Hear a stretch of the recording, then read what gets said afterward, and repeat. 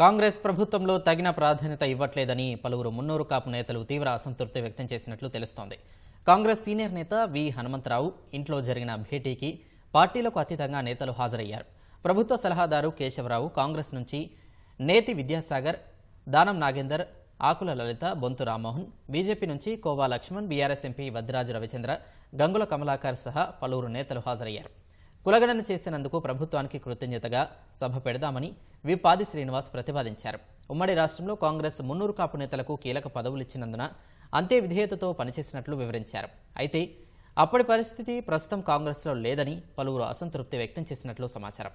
బీసీలకు స్థానిక సంస్థల్లో 42% రిజర్వేషన్లు కల్పిస్తామని హామీ ఇచ్చినందుకు సీఎం రేవంత్ రెడ్డికి ధన్యవాదాలు తెలుపుతూ తీర్మానించారు.